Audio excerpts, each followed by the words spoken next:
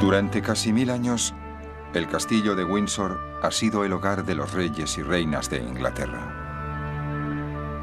Desde esta antigua fortaleza cercana a Londres, la reina Victoria reinaba un vasto imperio en expansión, del que se decía que nunca se ponía el sol. Pero en 1861, cuando ya llevaba 24 años de reinado, empezaron a descender las sombras. La muerte arrebató a la reina a su querido esposo, el príncipe Alberto. Victoria ordenó que su vestidor fuera preservado como un santuario. Luego se vistió del luto que no abandonaría hasta su muerte.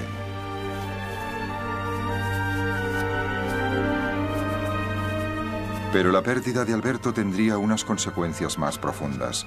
Precipitaría a la reina y a sus grandes estadistas en una lucha titánica por el corazón y el alma de su imperio.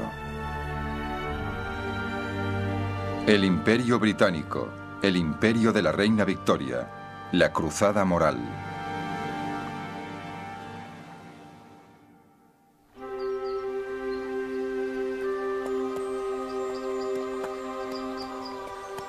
La reina Victoria se había inspirado en las ideas del príncipe Alberto, y particularmente en su visión de Camelot, el legendario reino del rey Arturo. Según la leyenda, Arturo gobernaba un imperio cuya grandeza era juzgada no por la extensión de sus conquistas, sino por la creencia de que el fuerte debe servir al débil, el bien debe triunfar sobre el mal y la grandeza debe ponerse al servicio de lo justo. Alberto esperaba que estos principios fueran la luz que guiara a Victoria y su pueblo. Pero en los años que le siguieron, este sueño se vería truncado cuando la reina, sola y más vulnerable, permitió que el imperio siguiera un camino muy distinto, un camino que la llevaría a traicionar los ideales de Alberto. Después de la muerte de Alberto, Victoria cambió. En los días de Alberto, su idea de civilizar el mundo significaba llevar al pueblo el comercio, la educación, el progreso y un mejor nivel de vida. Pero Victoria dejó de interesarse por ello. Victoria quería que Inglaterra dominara, que fuera preeminente. Pensaba que el destino de Gran Bretaña era gobernar la mayor parte del mundo. El imperio de Victoria había nacido más por accidente que intencionadamente. Era un imperio basado en el comercio, y para mantenerlo, los británicos habían adquirido bases navales, estaciones de carbón y colonias por todo el mundo. A mediados del siglo XIX, Gran Bretaña se había convertido en la nación más rica y poderosa del planeta. Habían iniciado la era del vapor. Fabricaban más de la mitad de los productos industriales del mundo y 3/4 partes del comercio mundial se llevaba a cabo en barcos británicos. Pero a pesar de su éxito, las ciudades de Victoria estaban sumidas en la pobreza y las privaciones. Sin embargo, sus súbditos, ricos y pobres, estaban unidos en la creencia de que Dios los había elegido para una misión especial: exportar no solo los productos de su industria, sino también sus ideas de gobierno, ley y moralidad. Gran Bretaña era una democracia, y los británicos querían saber por qué su gobierno se comportaba de determinada forma. Si adquiría más territorios, si participaba en guerras, querían conocer la razón. Y la razón era el desarrollo de la antigua idea de Gran Bretaña como agente de la civilización. Gran Bretaña llevaba la paz, el orden y la estabilidad a las regiones más lejanas del mundo.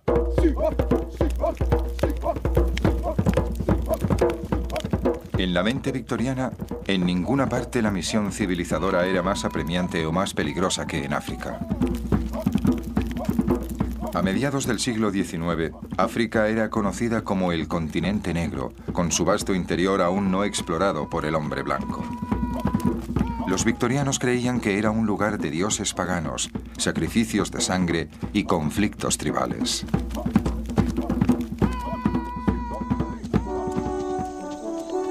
Inspirados por la visión de Alberto de Camelot, los hombres y mujeres de la Sociedad Misionera de Londres viajaron hasta África en una cruzada para conseguir conversos para el Dios cristiano. Firmes en su creencia de que estaban civilizando el continente.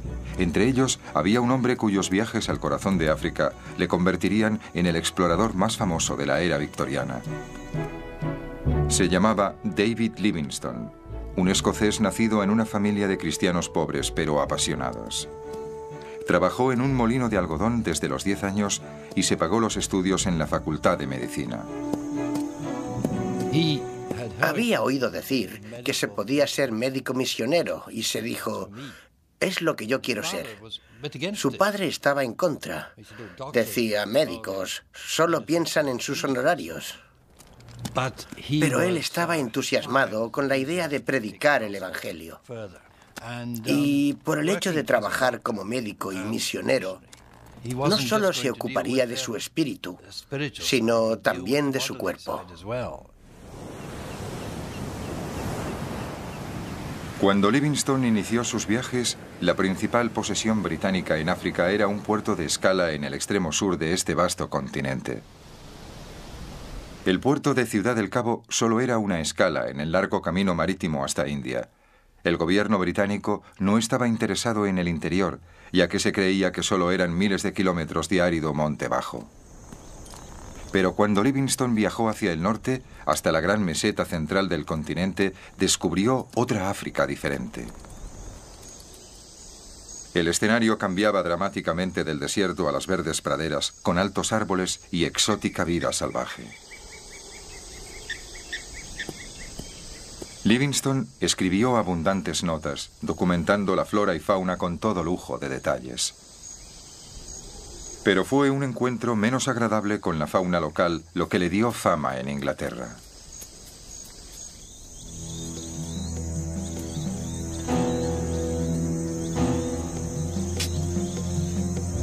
El doctor estaba trabajando en una zanja de irrigación cuando le advirtieron de que unos leones se estaban acercando al campamento. Corrió para ayudar a sus colegas, pero vio que él era el objetivo del ataque del león.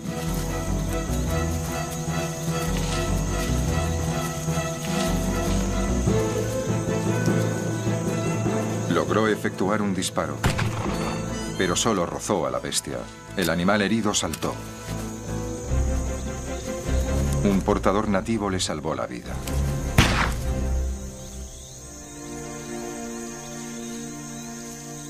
Pero Livingstone tenía múltiples magulladuras y un brazo roto.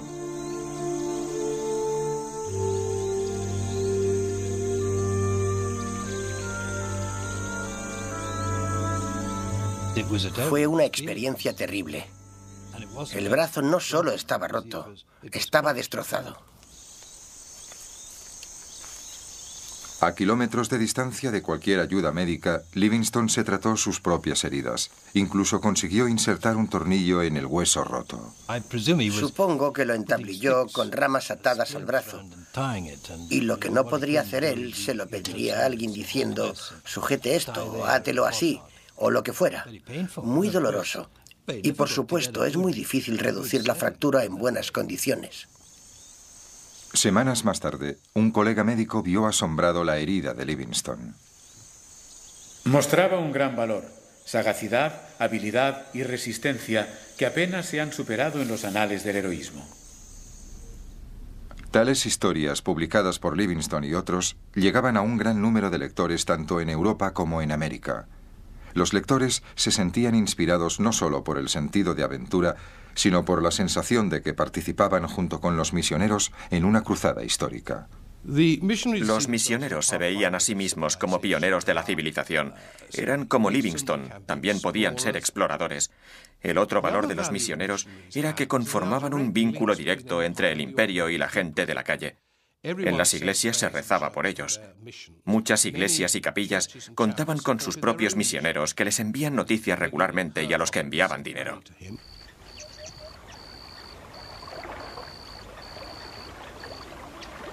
A pesar de su fama creciente, Livingstone tuvo poco éxito a la hora de cristianizar a los africanos.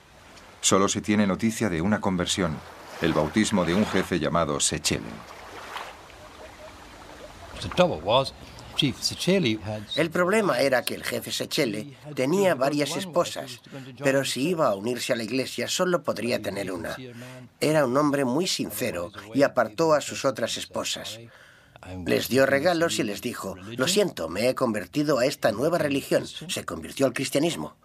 Se dice que fue la única conversión de Livingstone.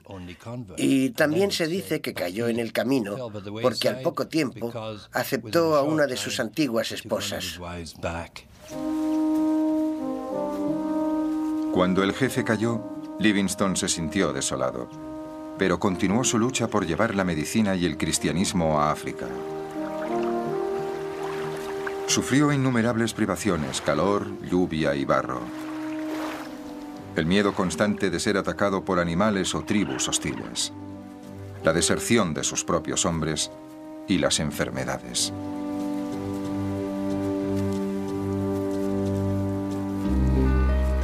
Durante los 3 primeros años de sus viajes, Livingstone padeció 27 brotes de fiebre. Se esforzó por cruzar ríos y bosques tropicales con el corazón latiendo aceleradamente y sufriendo fortísimas jaquecas, mareos y diarreas. Estaba impulsado por sus ideales cristianos y una casi mesiánica creencia en sí mismo. ¿No ves, oh Señor, cómo los paganos se levantan contra mí como hicieron con tu hijo? Si un hombre como yo llegara a huir, no, en verdad.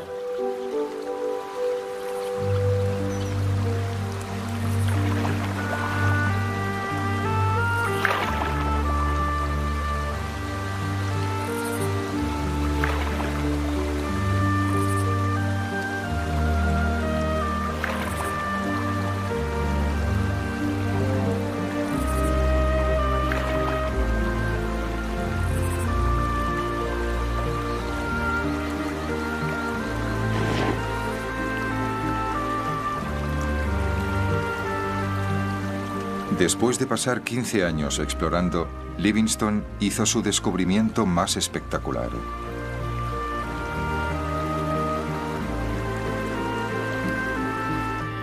Descendieron por un río muy ancho, yo diría de más de 1,5 kilómetros de ancho. Y frente a ellos se encontraron con una isla, con el agua fluyendo por ambos lados. Y se dirían: vamos a llegar a la isla o el agua nos arrastrará por uno u otro lado. Pero llegaron a la isla. Y al mirar vio esa enorme catarata, la cortina de agua más grande del mundo.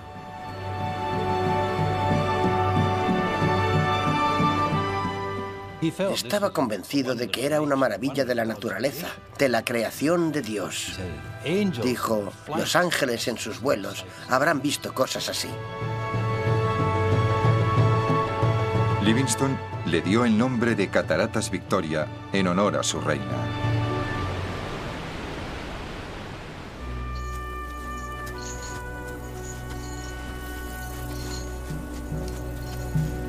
Livingstone continuó su viaje hacia el norte, donde vio un espectáculo que iba a cambiar su misión. Quedó horrorizado al ver a unos hombres encadenados que eran llevados a la costa, con destino a los mercados de esclavos de Arabia. Lo que he visto, los incidentes más comunes del tráfico de esclavos, es tan nauseabundo que me esfuerzo por borrarlo de mi mente. Pero las escenas de los esclavos aparecen espontáneamente, despertándome en plena noche, horrorizado por su realismo. La esclavitud había sido prohibida en el Imperio Británico en 1833 y la Marina Real intentaba interceptar los barcos de los negreros con destino a Estados Unidos. Pero el comercio de esclavos continuaba incontestado en el África Oriental. Livingstone tomó la determinación de que Gran Bretaña librara al continente de lo que él llamaba la herida abierta del mundo.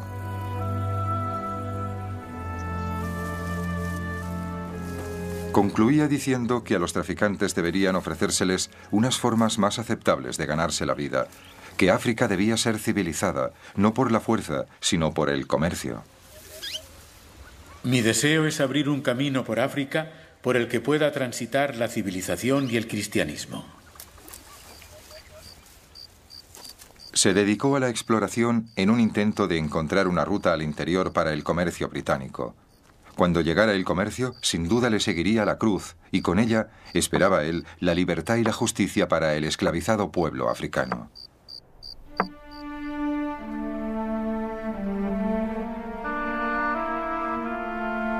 Livingstone apeló al espíritu de cruzada que prosperaba en la Gran Bretaña de Victoria. Un espíritu que se encarnaba en el nuevo edificio del Parlamento en el corazón de la capital británica. El príncipe Alberto había pasado los últimos 10 años de su vida supervisando la decoración de lo que él consideraba un templo de los valores de la civilización, buen gobierno, ley y religión cristiana. En el corazón del edificio se encuentra la Robing Room, la sala de las vestiduras, en la que la reina se viste con las vestiduras de soberana para la apertura del Parlamento. Aquí, en toda su gloria, se plasmaba la visión que Alberto tenía de Camelot. Los cuadros que encargó serían un recordatorio permanente de la leyenda del rey Arturo. Estas figuras heroicas serían modelos a seguir para soldados y científicos, exploradores y misioneros que extenderían los valores británicos por todo el mundo. Pero cómo extender dicha visión fue una cuestión muy discutida. En la Cámara de los Comunes esta cuestión era ferozmente discutida por los miembros electos del Parlamento, dirigidos por dos hombres cuyas visiones del Imperio de Victoria eran diametralmente opuestas. Por un lado, el conservador Benjamin Disraeli, un apasionado abogado del poder y la gloria imperial. Por el otro, su adversario de toda la vida, el liberal William Gladstone, que capitaneaba la visión moral del príncipe Alberto y David Livingstone. Gladstone estaba impulsado por un propósito altamente moral y por la pesada carga de la culpabilidad, en parte porque su propia familia había ganado una fortuna con el comercio de esclavos. Como líder del Partido Liberal, Gladstone defendía la exportación de los valores de la civilización por medio del comercio, no de la conquista. Gladstone consideraba que el imperio ya estaba allí y no había mucho que se pudiera hacer. No quería ampliarlo y creía que el imperialismo era un credo que podía contaminar al pueblo británico, haciéndolo amante de la guerra, agresivo. Él pensaba en un mundo en el que reinara la paz universal. Cuando hablaba del imperialismo se preguntaba, ¿es esto piadoso? Y decía que no. Lo consideraba como la grandeza triunfando por encima de lo justo. Y eso le asustaba. Si el pueblo británico se dejaba hechizar por el imperio, se dedicaría a luchar en guerras aquí y allá, gastando mucho dinero, dejando de ser una fuerza moral en el mundo. Esta visión era ferozmente contestada por su gran rival Benjamin Disraeli. Este ocupó el cargo de primer ministro en 1867 y en los 15 años siguientes, él y Gladstone se fueron alternando en el poder. Disraeli creía en la expansión del imperio británico. Le gustaba decir que sus antepasados habían sido ricos mercaderes venecianos que comerciaban con Oriente, y esto le daba un entusiasmo romántico por la aventura imperialista. Disraeli veía el imperio como un activo extraordinario. El imperio había convertido a Gran Bretaña en una gran potencia, una potencia mundial, y también le permitía tener una gran influencia en Europa. Y desde luego le encantaba el glamour del imperio. Consideraba que le daba prestigio al país. Esperaba que, con el tiempo, las colonias blancas no tomaran el rumbo americano, sino que permanecieran emocionalmente unidas a Gran Bretaña, especialmente por medio de la corona. Pero Victoria seguía sumida en un profundo dolor. Desde la muerte del príncipe Alberto, había perdido interés en el imperio y los demás asuntos del Estado. Victoria se recluyó. Creo que porque se sentía incompetente como reina. Durante mucho tiempo, Alberto había hecho el trabajo por ella. Alberto lo había hecho todo. Lo preparaba todo para ella, lo organizaba y ahora no se sentía con fuerzas para hacerlo sola. La reina encontró cierto consuelo en el escocés John Brown. Empezó a escribir sobre él pocos meses después de la muerte de Alberto. Tengo un valiosísimo sirviente escocés. Es mi mano derecha y me cuida maravillosamente, combinando los trabajos de mozo de cuadras, lacayo, paje y hasta doncella, casi me atrevo a añadir, ya que sabe mucho de capas y chales. Siempre lleva mi caballo y me atiende cuando no estoy en casa.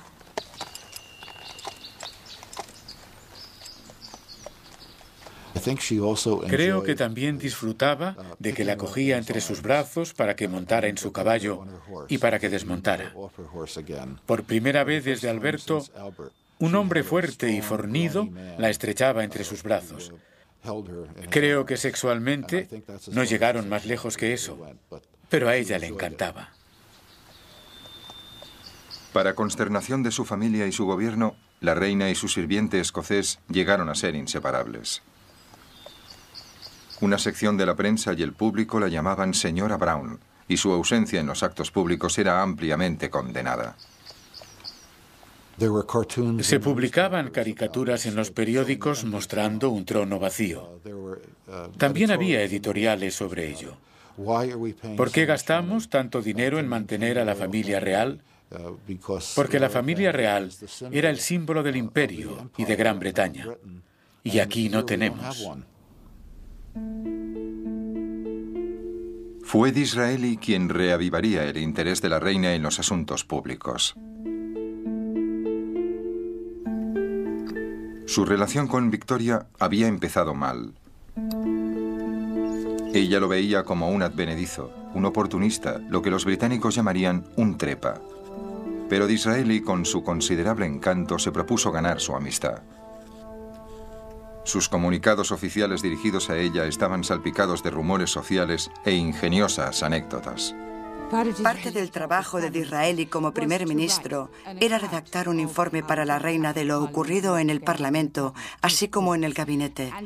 Y las cartas de Disraeli para la reina estaban llenas de maravillosos detalles y rumores ciertamente muy indiscretos. Probablemente le decía a la reina mucho más de lo que debía, especialmente sobre división de opiniones.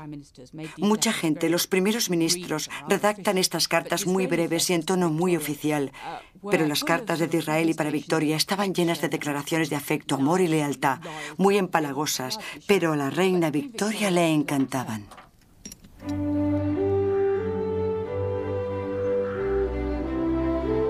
Y por fin la reina se divertía. Le escribió a su hija mayor, Vicky.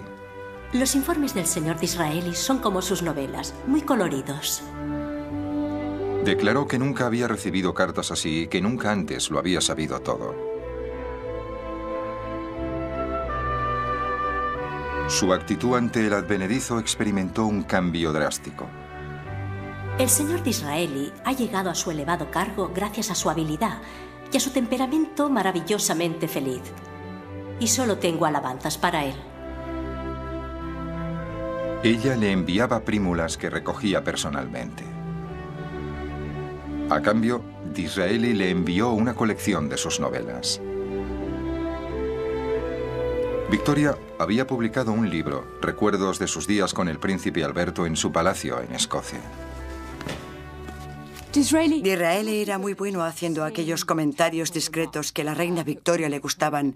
Por ejemplo, uno de los mejores era cuando le decía, nosotros los escritores, señora, que era precisamente lo que Victoria quería oír, que los dos pertenecían al mismo club de escritores. Disraeli hechizó a la reina con su visión romántica del imperio británico. Habría horrorizado al príncipe Alberto.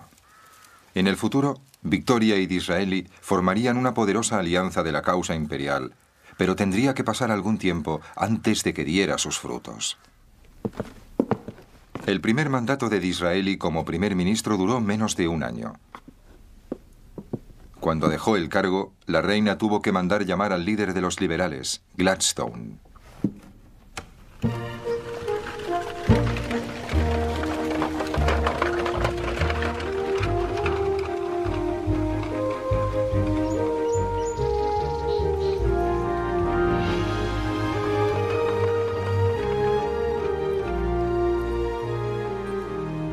Al principio, Gladstone le gustaba a Victoria. Parecía un hombre honrado. Era ambicioso, pero también era extremadamente listo. El príncipe Alberto había aprobado a Gladstone. Cuando el nuevo primer ministro llegó al palacio para recibir los sellos de su cargo, la reina anotó su aprobación. Es muy agradable, muy callado, muy intelectual, con un gran conocimiento de cualquier tema. Y es un buen hombre. Pero su satisfacción no duró mucho. Gladstone se embarcó en un torbellino de reformas liberales que reavivaron los instintos conservadores de la reina que habían permanecido adormecidos mientras vivía Alberto. El señor Gladstone es un hombre muy peligroso y muy arrogante, un tirano, muy obstinado, sin ningún conocimiento del mundo ni de la naturaleza humana. Todo esto y su falta de consideración respecto a mis sentimientos le convierten en un premier muy peligroso e insatisfactorio. No le divirtió nada cuando le propuso que podría permitirse que los marinos se dejaran la barba, y se horrorizaba ante los movimientos dirigidos hacia la igualdad de las mujeres. La reina llama la atención del señor Gladstone sobre el movimiento altamente desmoralizador de querer situar a las mujeres en la misma posición que los hombres. Pero lo que más preocupaba a Victoria era la vida privada de Gladstone. Debido a su fanática religiosidad, creía que todo el mundo debía ser convertido para que aceptara su moralidad y su ética. Salía a la calle de noche, incluso cuando era primer ministro, y solicitaba los servicios de prostitutas. Las devolvía a su habitación y les regalaba Biblias. Les daba dinero y les pedía que cogieran el buen camino. Victoria se enteraba de ello porque sus damas de honor se lo contaban todo, y eso le repelía. En un determinado momento, cuando Gladstone tenía que ir a visitar a Victoria en Balmoral, esta le envió una carta diciéndole que cuando llegara llevara ropa nueva que nunca hubiera usado antes. Quedaba claro que no quería saber nada del degradante ambiente que representa su implicación con esas mujeres de la noche. A Gladstone no le preocupaba que la reina le desaprobara personalmente, pero se sentía horrorizado por las ideas imperialistas que compartía con Disraeli. Su punto de vista más liberal sobre el papel de Gran Bretaña era puesto a prueba en África.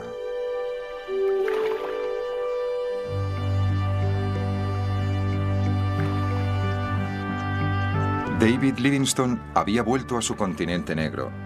Esta vez había sido enviado en misión oficial para encontrar una ruta comercial hasta el interior y así hacer realidad su sueño de combinar el comercio, la civilización y la religión cristiana.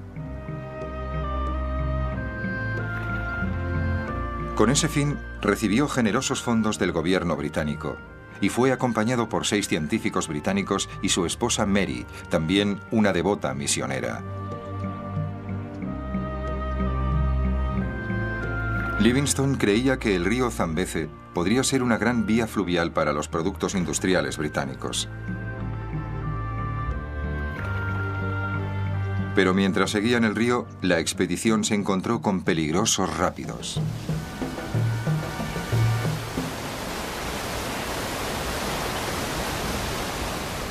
Creía que el Zambeze podría ser una ruta comercial, el gran río que había visto en las cataratas Victoria.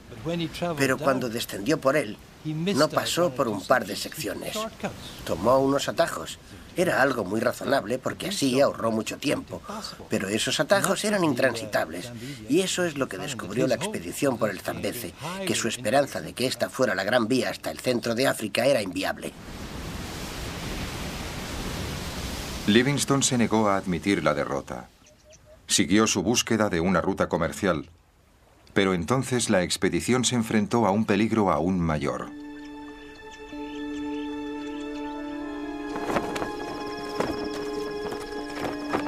A pesar de los repetidos ataques de malaria, Livingstone había rechazado el peligro que representaban las enfermedades.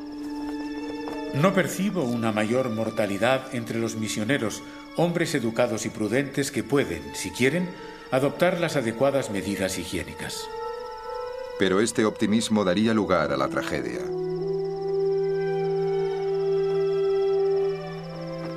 Mary Livingstone fue la primera en enfermar debido a las fiebres.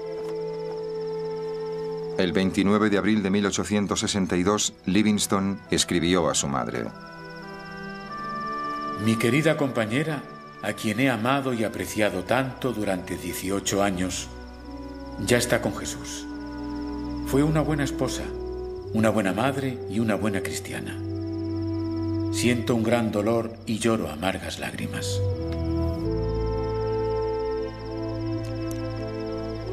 Livingstone había pagado un precio muy alto por sus creencias y su dolor no terminaría con la muerte de su esposa. Había iniciado la misión de civilizar África mediante el comercio, pero en Inglaterra el entusiasmo popular por sus hazañas estaba generando un nuevo apetito por las conquistas.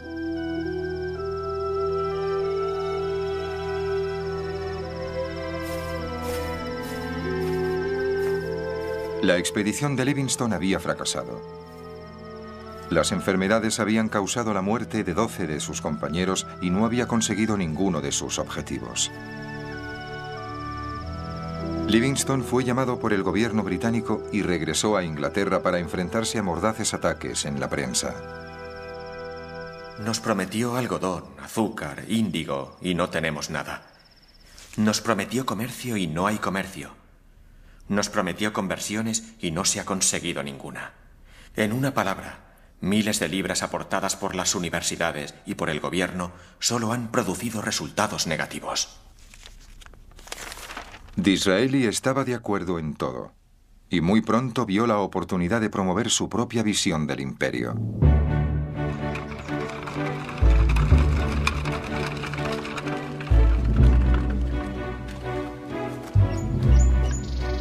Al ganar las siguientes elecciones, la reina recibió la noticia de su victoria con gran placer. He visto al señor Disraeli hoy a las 3 menos cuarto.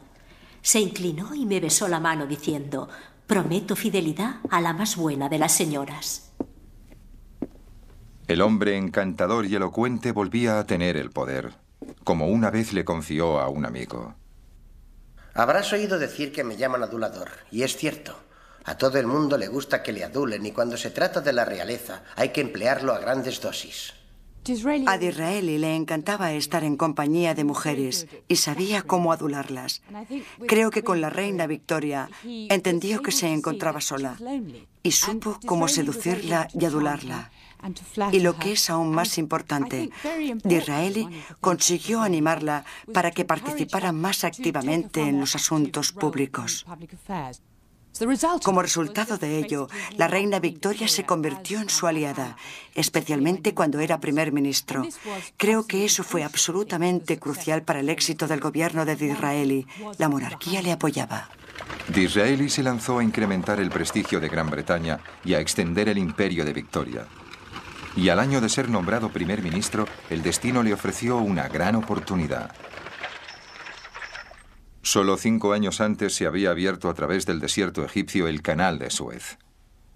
Permitía que los barcos oceánicos pasaran del Mediterráneo al Mar Rojo, uniendo Europa con Oriente. Para Gran Bretaña, era la arteria vital para llegar a su mayor posesión imperial.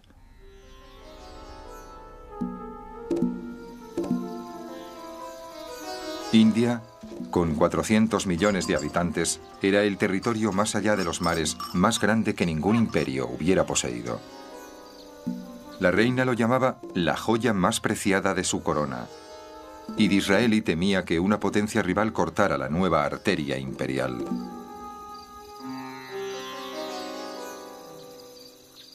El Canal de Suez era absolutamente vital para el Imperio Británico. Si lo prefieren, Suez era la yugular del Imperio Británico. Era a través del Canal de Suez que las rutas a India, las rutas más cortas a India, tan estratégicamente importantes, se mantenían. Para Disraeli era muy importante y creo que en eso tenía razón.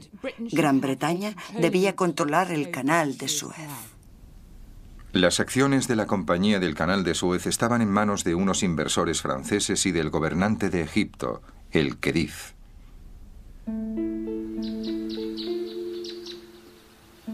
El Khedive había gastado la riqueza de Egipto en palacios, museos y ferrocarriles. Ahora estaba endeudado con bancos de Londres y París.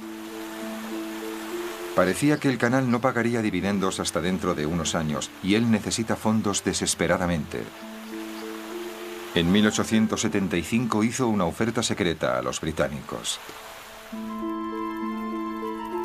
Disraeli le escribió urgentemente a la reina. Del señor Disraeli humildemente a su majestad.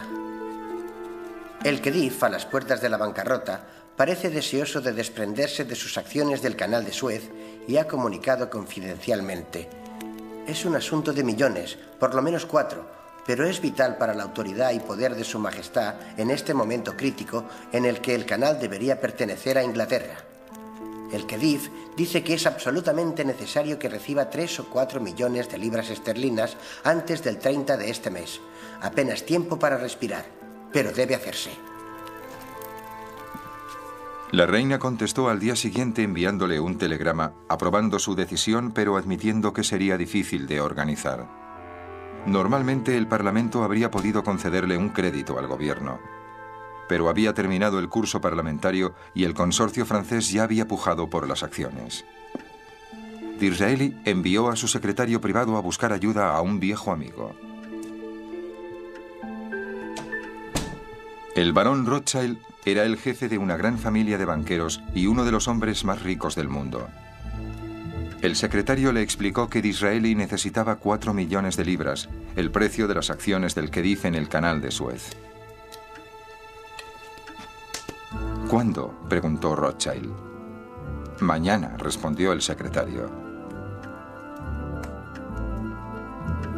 Rothschild cogió un grano de uva, escupió las pepitas y dijo: ¿cuál es la garantía? El gobierno británico, fue la respuesta.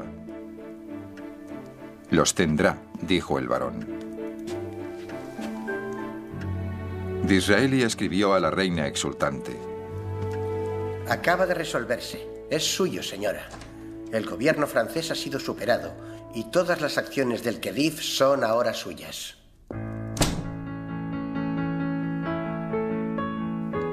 La reina estaba encantada. Disraeli la trataba no solo como su monarca, sino también como mujer, una mujer inteligente.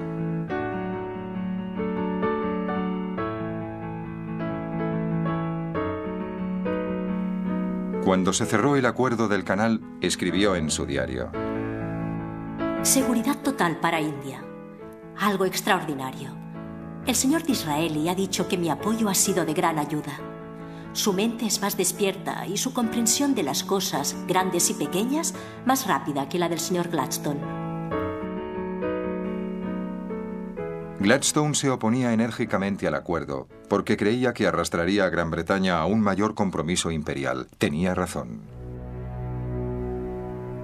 El Canal de Suez arrastraría aún más a Gran Bretaña a la turbia política de Oriente Medio. La región estaba dominada por los turcos, pero muchos de sus pueblos se rebelaban contra ellos. Enfrentados a rebeliones en todos los sectores, los turcos recurrieron a las matanzas masivas.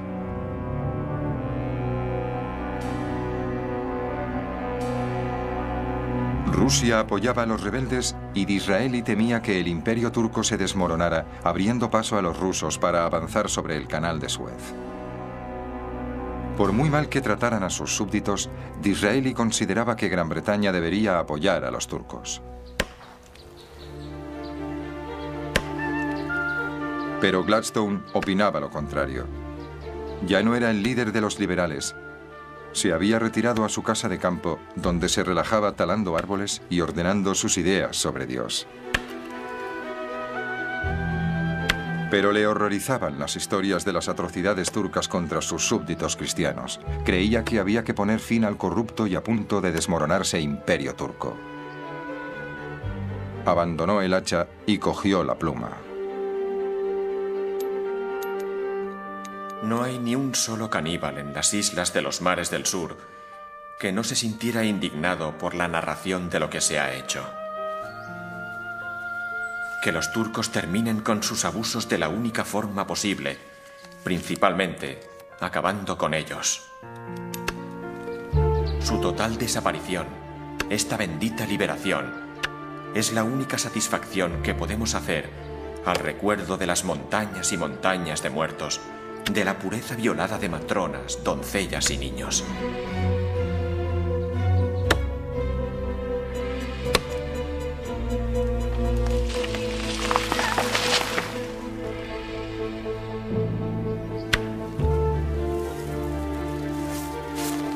Disraeli calificó el estilo de la protesta de Gladstone de vulgar, subrayando que de todas las atrocidades, probablemente las peores fueran los escritos de Gladstone.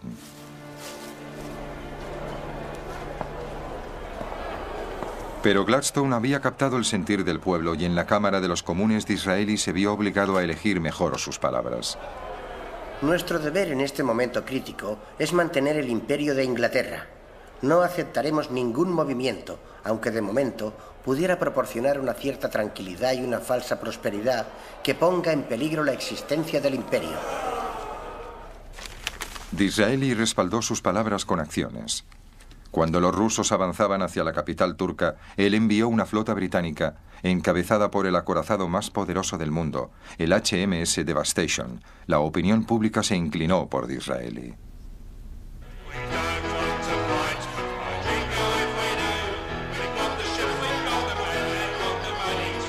La fiebre por la guerra se extendió por los bares y music halls de Gran Bretaña. Puede que a los británicos no les gustara lo que los turcos estaban haciendo con sus súbditos cristianos, pero compartían la determinación de Disraeli de detener a los rusos. Temerosos de una guerra con Gran Bretaña, los rusos aceptaron negociar. Disraeli se dispuso a asistir a las negociaciones de paz. Regresó triunfante. Su diplomacia había forzado a los rusos a detener su avance en Oriente Medio. La arteria vital a India estaba asegurada. Victoria compartía el regocijo del pueblo y decidió que era el momento de reclamar lo que consideraba que debería haberse hecho mucho tiempo antes.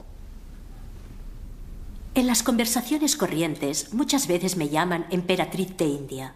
¿Por qué no he asumido oficialmente dicho título? Creo que debería hacerlo y deseo que se hagan los informes preliminares.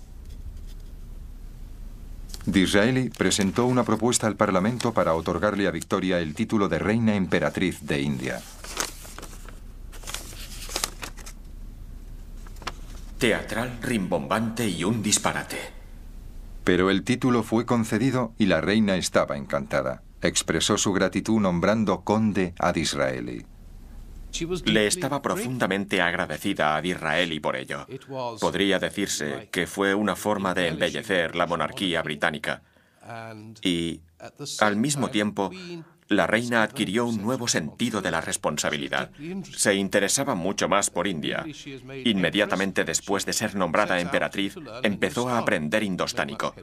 No es que aprendiera mucho, pero mostró voluntad. También contrató sirvientes indios. La reina emperatriz y su ennoblecido primer ministro apelaron al espíritu imperial que se estaba extendiendo entre grandes sectores de la opinión pública. Un espíritu agresivo, mostrando la fuerza británica para gobernar despóticamente al mundo. Gladstone siguió oponiéndose. Él lo calificaba de imperialismo aparatoso. Incluso el secretario de Asuntos Exteriores de Disraeli habló privadamente de su preocupación. Disraeli cree en el prestigio y sostendría que era en interés del país gastar 200 millones en una guerra si el resultado fuera que los países extranjeros nos tuvieran en más alta estima. La reina apoyaba sin fisuras a Disraeli. Si tenemos que mantener nuestra posición como una potencia de primera, debemos estar preparados, teniendo en cuenta nuestro imperio indio y las grandes colonias para continuos ataques y guerras en alguna parte. Pero las tensiones de esta política imperialista empezaban a ser evidentes.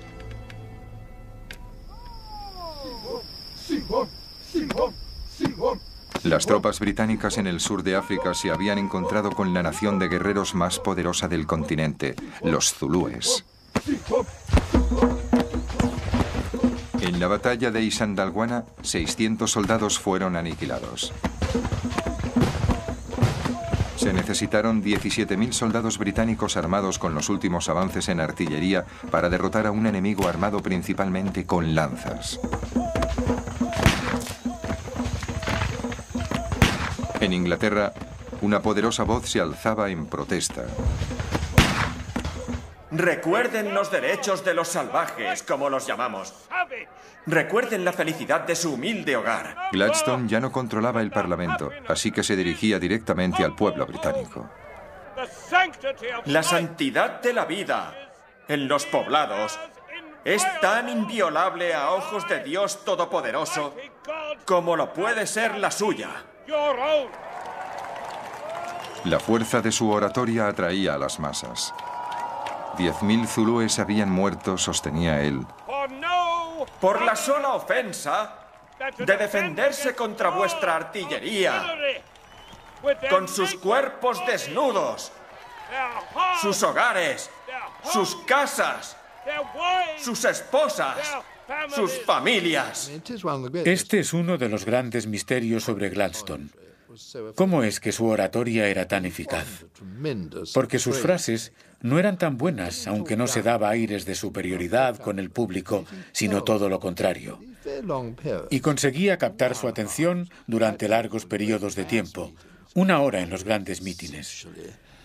Creo que esencialmente era su aspecto físico, el destello de sus ojos de águila, el dramatismo de sus gestos, la cadencia de su voz. Me fascinó un anciano que, acercándose, me dijo: mi padre gritaba para Gladstone. Y eso era cierto, ya que él empleaba a Gladstone para asistir a sus mítines junto con otras personas para situarse a unos 20 o 30 metros del estrado y repetir lo que Gladstone decía a los que estaban más alejados. Ahora está hablando de las atrocidades búlgaras. Y esto parece demostrar que muchos de los asistentes a los mítines no podían oír lo que Gladstone decía.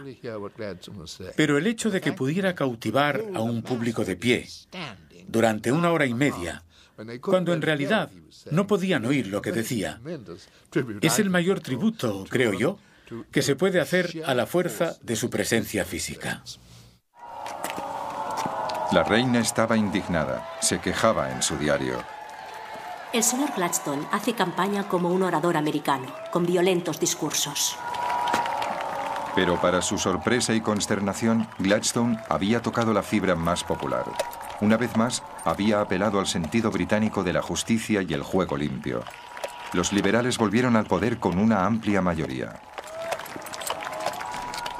Gladstone escribió jubilosamente sobre la derrota de Disraeli y el imperialismo aparatoso que él representaba.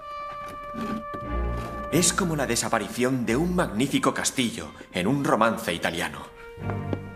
El príncipe Alberto habría compartido el placer de Gladstone por la desaparición del gobierno belicista de Disraeli. Pero Victoria le había dado la espalda a la visión moral que tenía Alberto del imperio. Tercamente se negaba a aceptar a Gladstone como su nuevo primer ministro.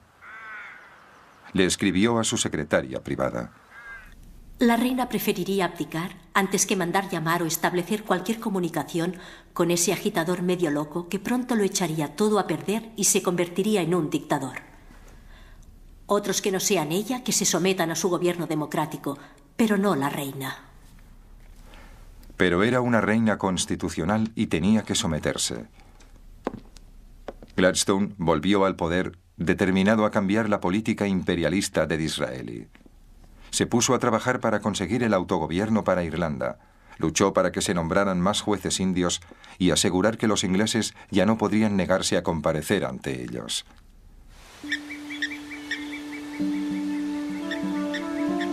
Pero en África, Gladstone poco podía hacer para detener el hambre del pueblo por las conquistas, un hambre alimentado por las últimas aventuras de David Livingstone. Livingstone había regresado a África en busca de las fuentes del Nilo. Durante 5 años desapareció sin dejar rastro e incluso su necrológica apareció en la prensa. No hay duda de que viajar por África se le había metido en la sangre. Pero también creía que si conseguía el éxito, recuperaría la credibilidad.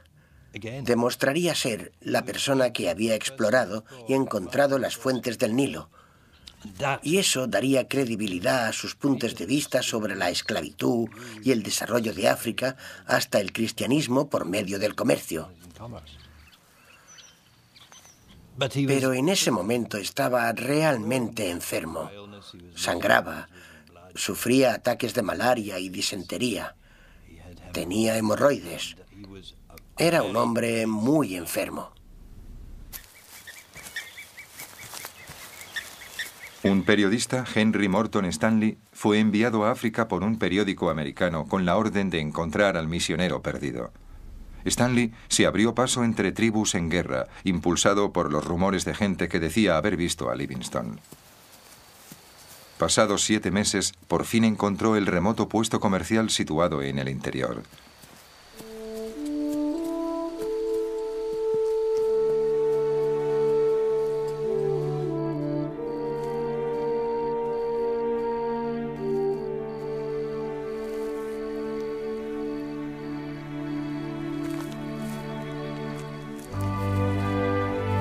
Y aquí, en noviembre de 1871, tuvo lugar el famoso encuentro.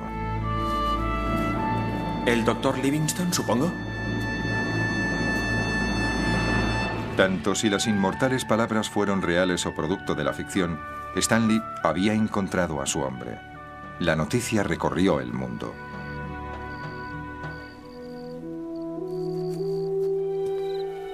Pero cuando los titulares se habían desvanecido, Livingstone seguía en África, desesperadamente solo y cada vez más enfermo. Cercana ya a su muerte, escribió una última carta suplicando al mundo que aboliera el comercio de esclavos. Lo único que puedo añadir en mi soledad es que la bendición del cielo caiga sobre todos aquellos americanos, ingleses o turcos que ayuden a curar la herida abierta del mundo.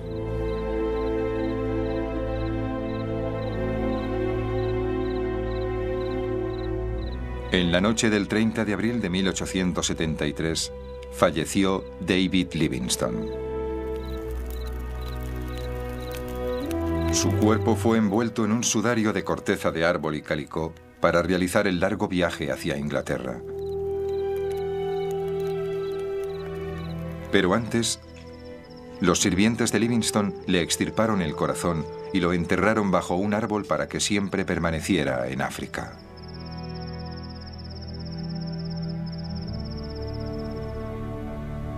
Cuando por fin el cuerpo llegó a Gran Bretaña, la reina declaró un día de luto nacional. Livingstone fue enterrado en la abadía de Westminster y las palabras de su última carta fueron grabadas en su tumba. Pero las aventuras africanas de Livingstone tuvieron un efecto que él nunca hubiera aprobado.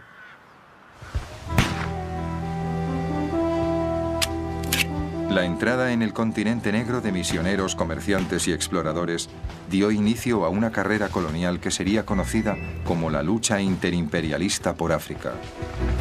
La presión para que Gran Bretaña participara en esta lucha por la tierra haría tambalear todas las resoluciones de Gladstone para evitar ulteriores compromisos imperialistas, y llevaría a que reina y primer ministro se odiaran mutuamente y aseguraría que el último acto del drama del Imperio de Victoria fuera espectacular y sangriento.